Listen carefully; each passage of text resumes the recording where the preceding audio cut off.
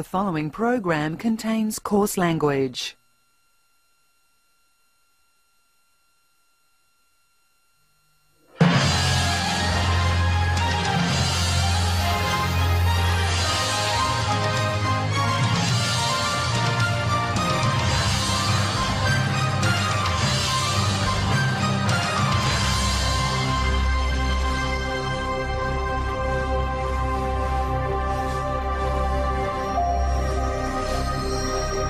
Many religions claim to hold the key to man's salvation.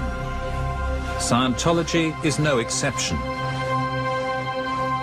The most fundamental explanation as regards Scientology's basic beliefs is that man is basically good, and that the individual is a spiritual being, that you've lived before and you'll live again, and that your capabilities are infinite, if not yet fully realized. We have the ability to actually help make a difference in the situation in Haiti, and I just can't, see not using this plane to help. But behind the church's high celebrity profile and pious exterior lies a leadership at war with its real and perceived enemies. They include a growing band of former Scientologists and any media like Four Corners that dares to report their grievances.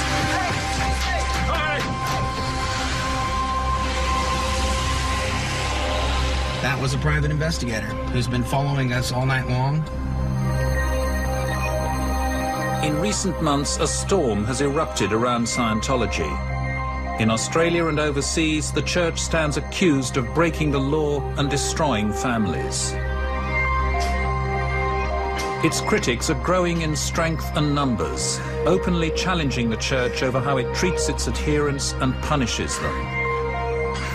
It's a slave camp, there's no question about it, because people are definitely abused. People were thrown overboard, hands bound and feet bound and blindfolded. Women of 55 years old. I was angry.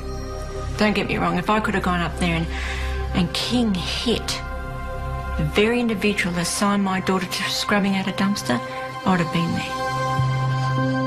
there. Tonight on Four Corners, former members of the church who say they've suffered enough shine a light on the dark side of Scientology.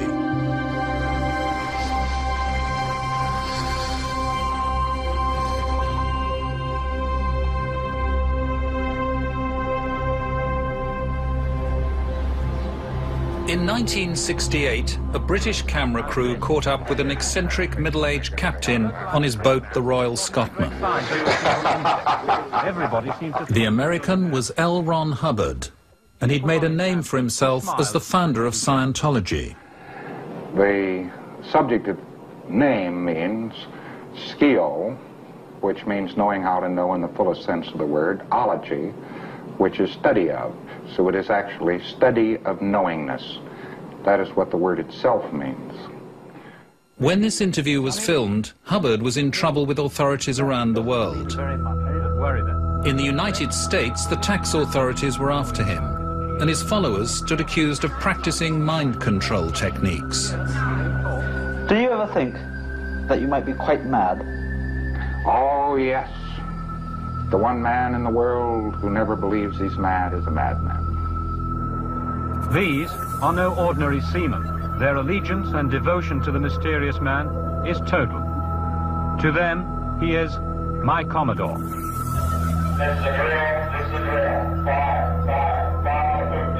Hubbard was on the run, moving from port to port, and had surrounded himself with a core of young and loyal Scientologists. He called them the Sea Organization, or Sea Org. I was one of about 10 or 15 people who was invited, being the highest trained.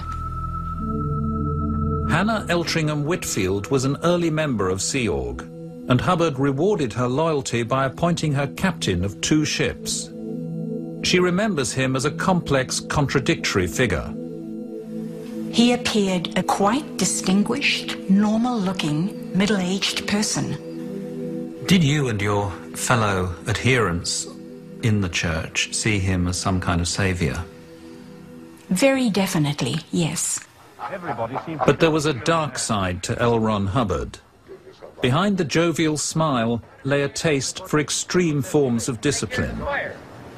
How were people treated on those ships if they misbehaved or if they transgressed? Abominably. I mean, looking back, I deeply regret even my fringe participation in some of the things that went on, and I'm ashamed of some of them. People were thrown overboard, hands bound and feet bound and blindfolded. Women of 55 years old. For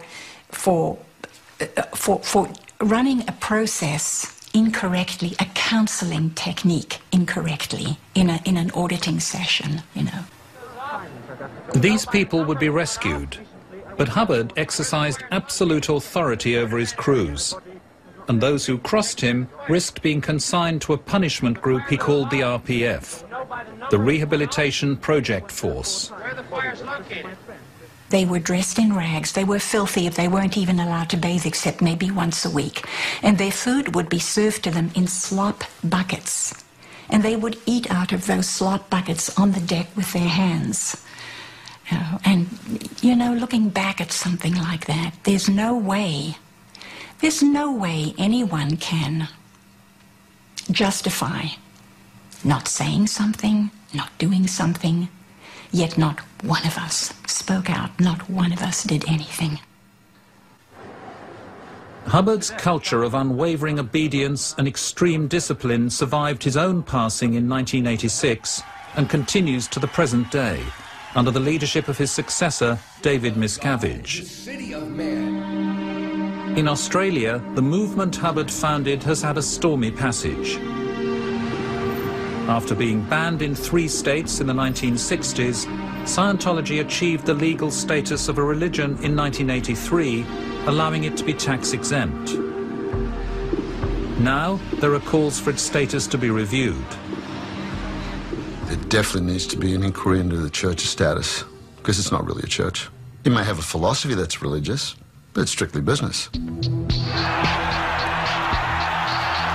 Joe Reish is a former rugby league star who played for Eastern Suburbs and Canterbury Bankstown back in the 1970s. He was recruited to Scientology in Sydney at the age of 19. Later, he moved to America, and tonight he's speaking out for the first time. Initially, I wasn't attracted to it, but I was curious about knowing how someone could be better. And I'm always about improvement. And if that was a way to improve me to be a better athlete or a better football player or a better person, I was interested. As a well-known football player, Joe Reish was treated like a star by the church. And he wasn't just successful on the field, he was a fast learner of L. Ron Hubbard's teaching. I did the highest level by the age of 23. The painful experiences hidden in your reactive mind are the cause of your fears. When members of the public are recruited into Scientology, they learn about Dianetics, L. Ron Hubbard's self-styled science of mental health.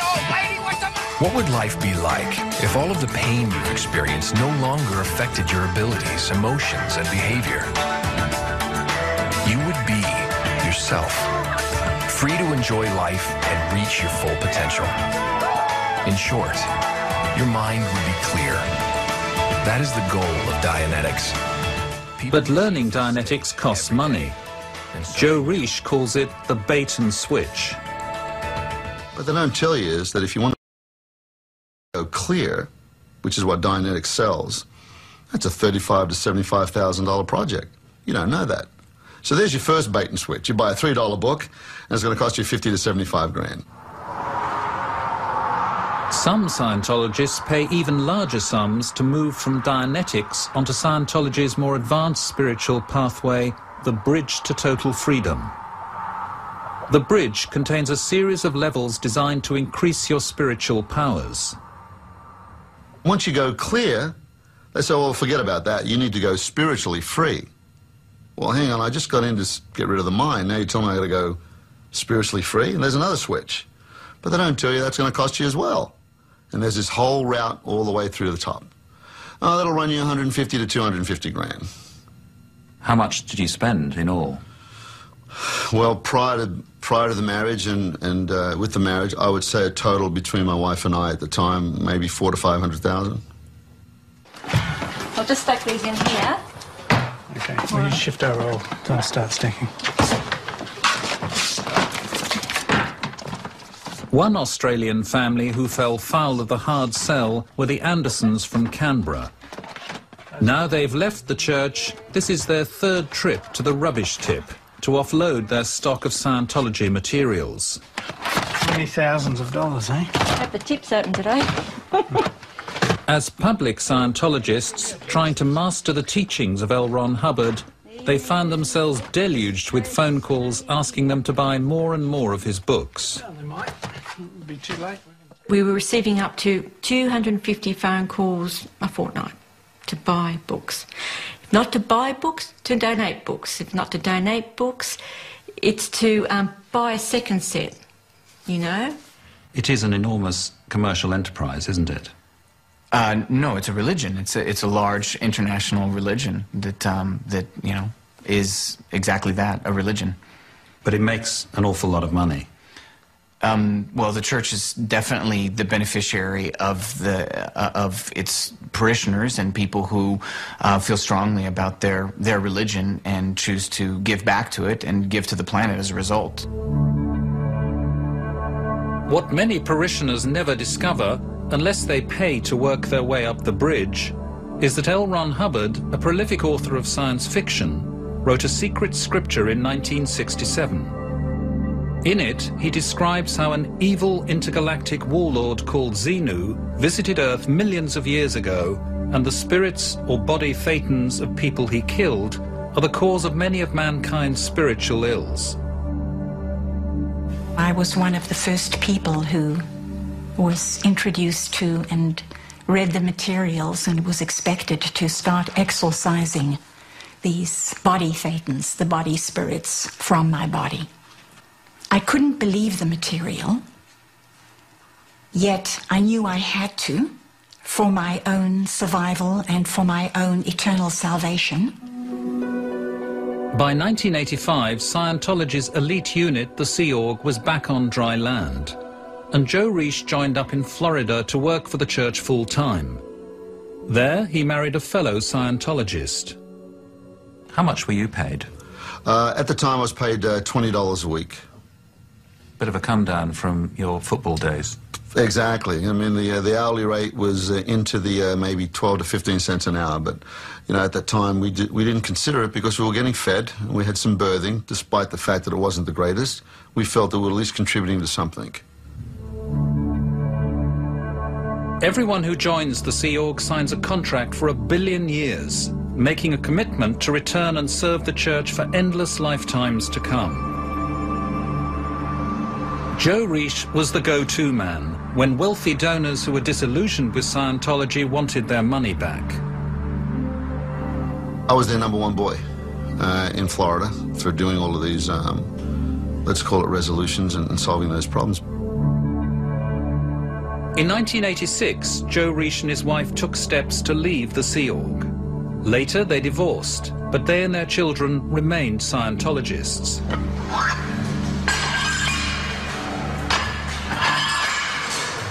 For 19 years, Joe Reish had jobs outside the church, often as a personal fitness trainer. Privately, he started questioning the church. I had mentioned various things that I had some disagreements with, you know, to someone like, why is it so expensive? And then that person would write a report about that and send it in. Joe Reish knew he had a fight on his hands. In 2005, he was summoned to an internal inquiry called a Committee of Evidence, where the secret internal reports on him were disclosed. He was accused of entering into bad investment deals and breaking the rules of the church. But he says he wasn't allowed to see the reports, call witnesses, or have any kind of legal representation. Months later, the committee handed down its final report, shown here for the first time. I went through the 7 or 8 page report that just basically listed out all of my crimes, where they accused me of things that I said I wasn't guilty. They said, you're guilty, and here's the evidence. But the evidence was from those reports that were hearsay. Joe Risch was declared a suppressive person and expelled from the church. But when he picked up the phone to call his children, he couldn't get through. No response. I called again, no response. And then I realized, oh my God, here's what they did. They already had me declared a suppressive person. They told everyone else, including my children. I cried. I was sad, you know, it's my kids. But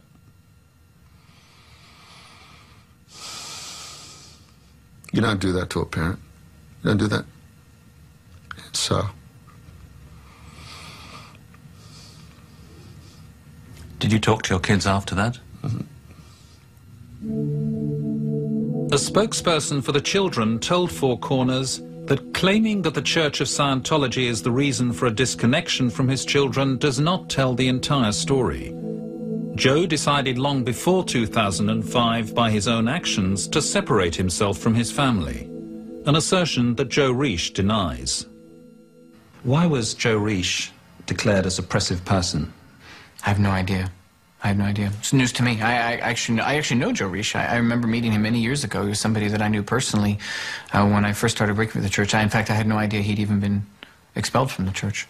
But once you expel someone from the church, you tell that person's family inside the church to have nothing to do with them. No, that is not the case. Specifically what you're referring to is if somebody is expelled from the church, anybody who insists on continuing to be connected to somebody who's been expelled from the church would be told that as long as they maintain that connection, they're not welcome in the church, because a church, any organization, and particularly a church like other churches, has a right to not welcome in its ranks people who are supporting or connected to people who are attacking the church and mean the church harm. Well, that's the last time I saw her, actually.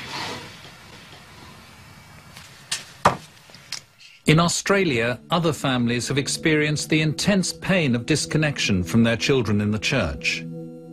Liz Anderson hasn't seen her eldest child Fiona since 2005, when she was posted overseas from Sydney to work in the Sea Org in Clearwater, Florida. Now all she has left are these few mementos of Fiona's childhood. The Tigers Netball Club. Look, she's a beautiful girl. I mean, I just, and she's mine. I don't know. I can't take the parent away. I'll try. How painful is it for all of you that Fiona is still in the church? Well, I love my wife dearly, and there's been many times I've seen her just so distraught at the fact that she can't have contact with her daughter.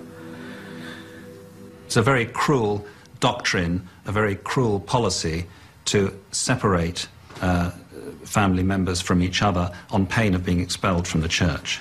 Well, let me put it this way.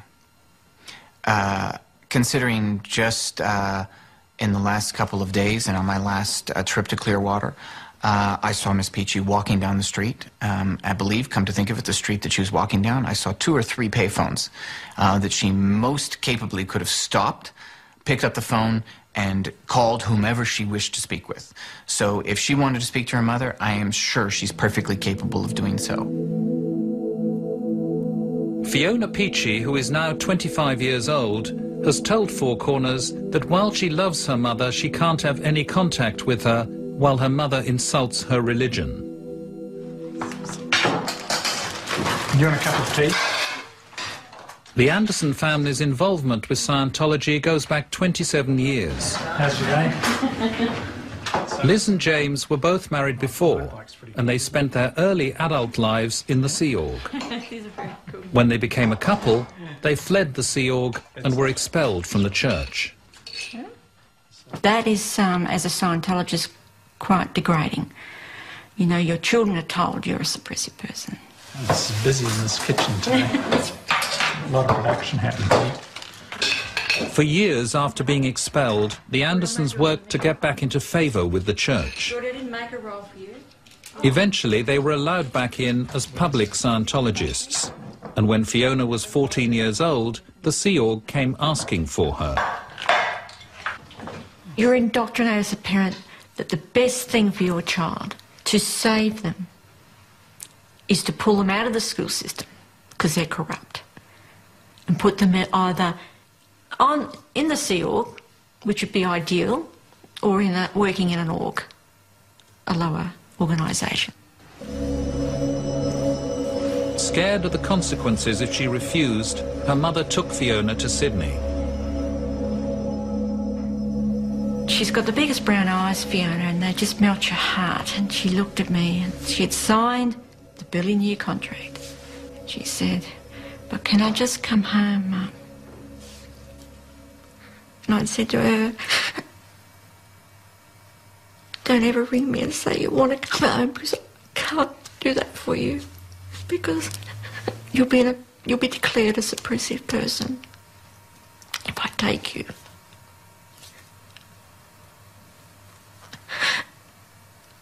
I violate so many rules as a parent. I signed over guardianship of our girl. Fiona was recruited into the Sea Org at the youngest legal age for a child to leave school and start work. And I stepped away. That's what you do. When you're indoctrinated and you've been declared a suppressive person and you're continually making up amends. So part of my amends is that I raised a beautiful daughter and I gave her to the church. Right or wrong, I take responsibility for my actions. In 2005, Liz and James allowed their youngest child, Jordan, to follow in Fiona's footsteps. I wanted to join the Sea Org ever since I was 2 years old. I remember walking around saying I'm going to be a counsellor in the Sea Org. I love the uniform and I wanted to have that honour as a Sea Org member. So I signed a contract for 1 billion years. Why do you recruit children into the Sea Org? Actually, we don't. Well, there are parents out there who would say you do. The Andersons, for example, would certainly say that you've done that. Okay. Well, in their individual case, fine. The fact of the matter is that the church doesn't discriminate against people by virtue of age. When she arrived at the Sea Org, age 14, Jordan was asked to give a detailed account of her private life, something she herself would later demand of other recruits. You've had no sexual relations, you haven't masturbated, you never watched a porn movie. You know, like, they really pull it to shreds and pieces, and like, they even say you haven't had sex with an animal. Jordan Anderson was posted to the HCO, the Hubbard Communications Office in Sydney, where she worked as a personnel control officer. She says she had an average of 3 days off a year.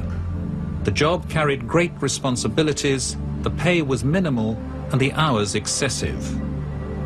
I stayed up 72 hours once, just trying to get someone approved to go auditor training overseas. 72 hours without sleep? Mm. And you were 15 at the time? Well, if that is actually the case, that would be utterly and completely unacceptable. The Sea Org provided Jordan with free board and lodging here in Sydney.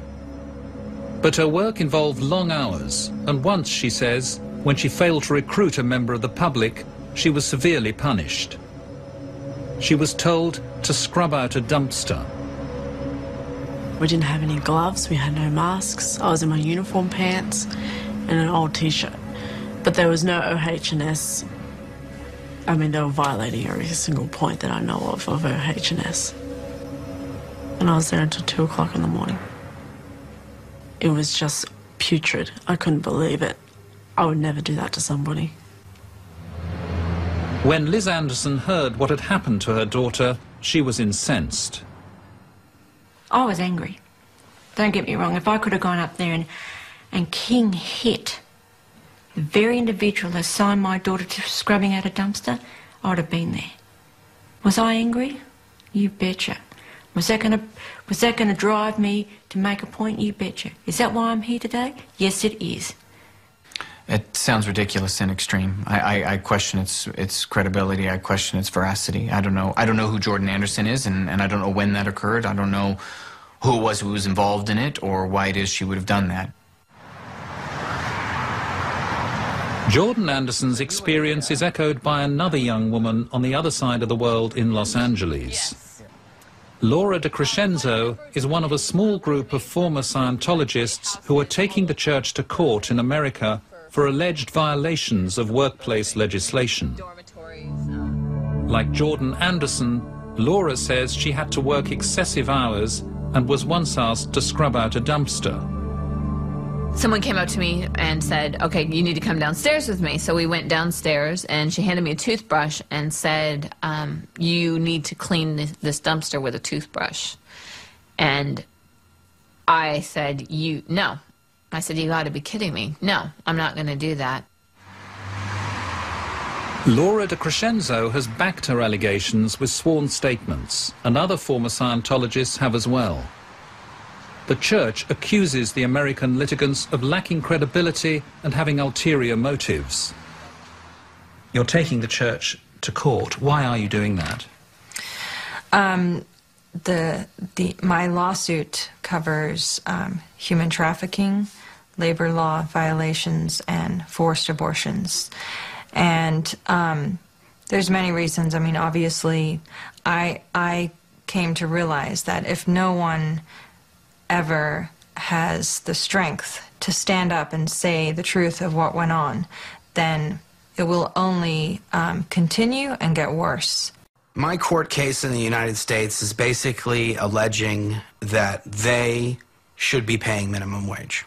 That's pretty much it. That there's human trafficking going on, which is basically holding people to work for a wage that's less than what they should be being paid, and not allowing them to just leave if they want to leave. One issue in the courts will be the fact that the church doesn't pay its staff in the Sea Org a minimum wage. It argues that members of the Sea Org are not employees, but volunteers who don't expect to be paid. We do so out of our own religious conviction and our desire to work for and be part of and contribute to our religion and its activities. And as such, we don't expect a wage, and we don't do it for a wage. However, Mark Headley says he signed a contract of employment similar to this one when he joined the Sea Org and was promised a minimum wage. 15 years later, I was paid an average of 38 cents an hour for working over 100 hours a week, every single week of every year for 15 years. In 15 years, I made a total of $29,000 for 100 hours a week, every week. When Mark and Claire met, they were posted to one of the church's most secure Sea Org facilities at Hemet, 2 hours' drive outside Los Angeles. The facility is surrounded by high fences topped with razor wire. What did the church tell you about people who wanted to leave? That people in the Sea organization have foregone the right to leave, and that was reiterated on many different instances. I mean, honestly, I've reflected since leaving, and the only thing that even comes close for me in terms of living conditions and everything else is prison. Just is. Claire Headley joined the Sea Org age 16 and worked for the Religious Technology Center, earning as little as $23 a week. How hard was it doing that job? Words don't describe it. I mean, you know, there was 2 to 3 year periods where if I slept at all, it was in an office chair or on a floor or 2 hours in a bed. I very, very rarely saw Mark. Claire Headley says excessive hours and little pay weren't the only form of abuse she and other women were subjected to. She says she was coerced by senior staff into having 2 abortions. The church denies these allegations. I will always have that emotional scar and wounds. It's a horrifying form of abuse that goes on very prevalently in this organization. Claire Headley says the first abortion took place when she was 19 years old. She and Mark had married 2 years earlier. I had not been paid in months, and I'd used birth control before, but I could not afford it. They sat down with me and prepared me for essentially saying, good, we're going to take you to the Planned Parenthood. They're going to ask you, do you want an abortion? You're to say yes. And I was going to be driven there by a staff member who would be waiting for me outside in the waiting room. So there was absolutely no option. I mean, I was absolutely cornered. This was my worst nightmare come true, absolutely. Claire Headley says her second abortion took place in Clearwater, Florida. Again, she says she had no money for contraception. She asked to speak to her husband, Mark, who was still at the Hemet base outside Los Angeles. That was not authorized. Essentially, I was forced to go through with this. I wasn't able to tell Mark anything of this until the next time I saw him physically, which was 8 months later. That's when I found out. I was not consulted. I was not told. It was kept quiet. Nothing. What is the Sea Org policy on having children? Sea Org members do not have children. If someone is a member of the Sea Organization and they wish to have a child, they would need to do so outside of the Sea Org, at which point, when the child is of age, those individuals could come back, to the Sea Organization if they so chose. And that's been policy for almost 20 years now. Why does the church ask pregnant women in Sea Org to have abortions if they wish to stay in the Sea Org? Absolutely, that is absolutely not true, and I categorically deny that allegation.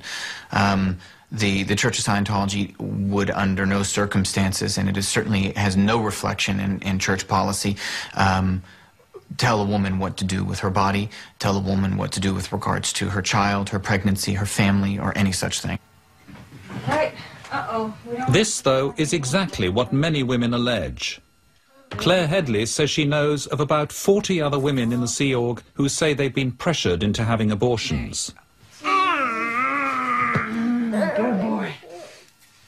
Laura DeCrescenzo joined the Sea Org in Los Angeles aged 12 and says she was coerced into having an abortion 5 years later by a senior officer. She started explaining to me that at this stage, the baby, as they refer to it, there was no Satan there, meaning there was no spirit occupying the body. She was saying, look at how detrimental it would be to the organization if you were to leave. Your post or your job is very important here. We don't have anybody else to put in that job right now. Just the continual pounding, I ended up conceding and doing the abortion. You have 2 beautiful little boys. I do. Do you ever look at them and think what might have been? Of course. In Australia, when Liz Anderson was in the Sea Org and thought she might be pregnant, she too told a senior officer. She said, well, you just can't be pregnant. Because at that stage, the new policy had come in that you can't have children in the Sea Org. I was not pregnant, it turned out, but my decision would have been to keep the child. But what did she advise you to do? I'd have to have an abortion. If there was a Sea Org staffer or a number of staffers who had advised women to have abortions, that's something you would utterly condemn? Yeah, absolutely. But there's another disturbing aspect to life in the Sea Org. When members of the organization transgress, they risk being sent to the RPF, the Rehabilitation Project Force. In 1978, after all the years she'd given to Scientology, Hannah Eltringham-Whitfield was consigned to the RPF by L. Ron Hubbard for performing badly in a session on Scientology's controversial counseling tool, the E-meter. I was led there forcibly by two huge men and confined, locked up in a room with no windows for 2 days and 2 nights, during which time I almost went out of my mind. They do that as a sort of a chilling out period. One of Laura de Crescenzo's first jobs in the Sea Org was to send fellow members of the Sea Org to the RPF. She was 12 years old at the time. Later, she herself was sent there. So, Laura, how does it feel coming back here? It makes me sick to my stomach. It's kind of nerve-wracking to come to the building. I mean, this is where I was trapped for 3 years, and the last 3 years that I was in the Sea Org, I was segregated from everybody in the RPF. So where is the RPF? Point it out to me. Right in that area right there. The second floor is where their berthing is. How many people sleep in these dormitories? It varies depending on the size of the room, but there were some that actually had up to 40 people in it. In Australia, too, the RPF plays a significant part in the Sea Org regime. Peter O'Brien abandoned Scientology last year. In 1997, she says, she was consigned to the RPF here at Dundas, outside Sydney. You are allowed to study for 5 hours, and then the rest of it is cleaning and heavy work, heavy labour. Remember, we're already heavily indoctrinated when we're working in a Sea Org, so when they give you a pick and a mallet and tell you to go and break rocks, you do it, and you run everywhere. It sounds very harsh. Very harsh. Am I right that within the RPF there's a further RPF? It's called the RPF's RPF, yes. What is that? That is the lowest of the low, as far as not even the other RPFers are allowed to speak to you, as in the communication is cut. Joe Reish was never sent to the RPF, but saw it in operation. To me, it's a slave camp, there's no question about it, because people are definitely abused. They're stripped of any rights as an individual. They're not allowed to talk to public individuals.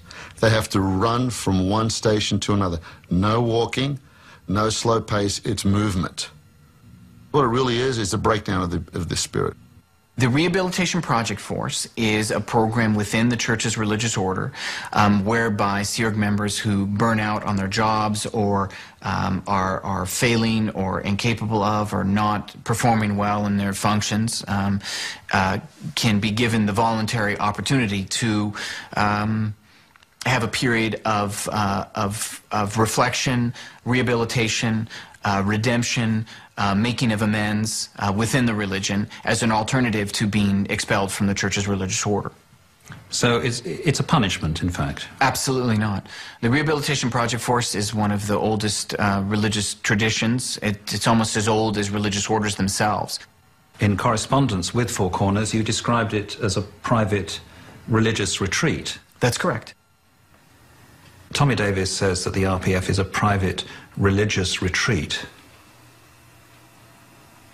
A private religious retreat? He's got to be hallucinating. Ask him what drugs he's taking. Oh, you got hiccups, huh? After Mark Headley was threatened with being sent to the RPF, he fled Hemet on a motorbike. His wife Claire followed soon after. Kaylee, look at Mommy. But many of those, like the Headleys who've left the Sea Org, report being pursued and spied on afterwards.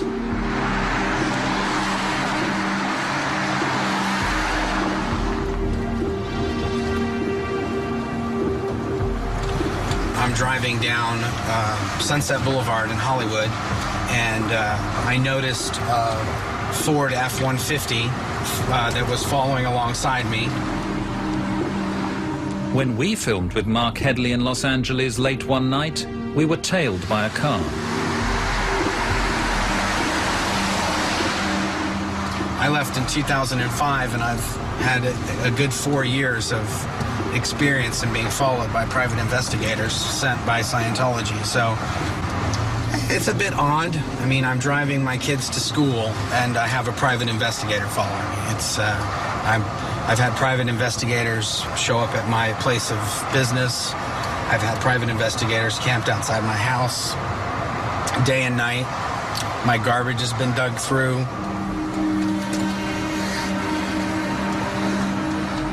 Half an hour later, back at our West Hollywood hotel, there was a familiar vehicle parked outside. We're going to see if it is the same vehicle and the same license plate. And I will tell you that, yes, it is. 8U2-9097. There's a gentleman who is sitting down now. Let's go. Come on, guys. Laying down.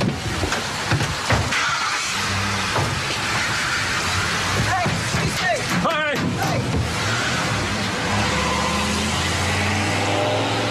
That was a private investigator who's been following us all night long.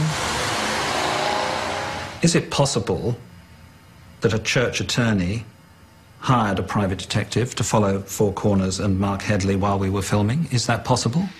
I couldn't comment on that. I couldn't comment. I mean, I couldn't be able to. I wouldn't know how to answer that. I have no knowledge on it, so I don't know how to answer it.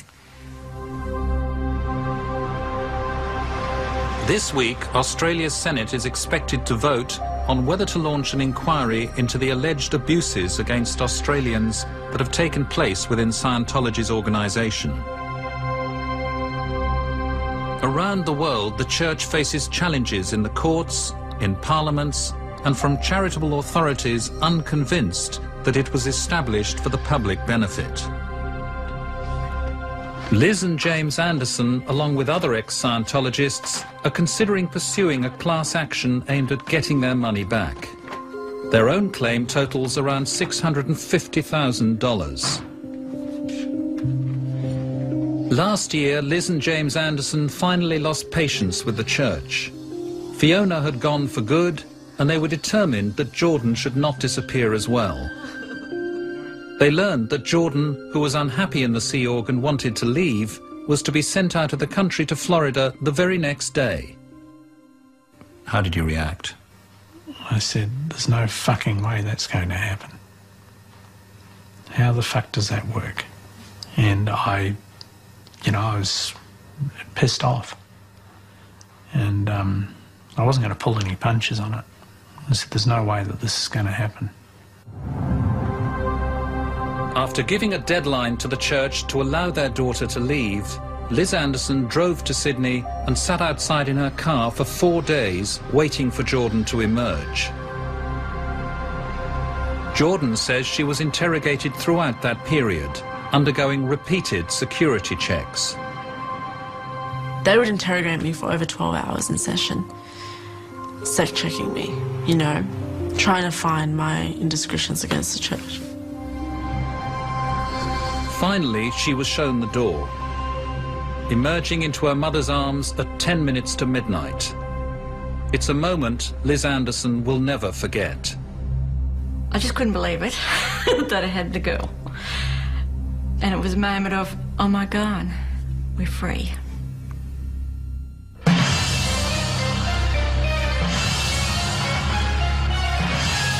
You can see extended interviews with key participants in tonight's program online. Just go to abc.net.au/4corners.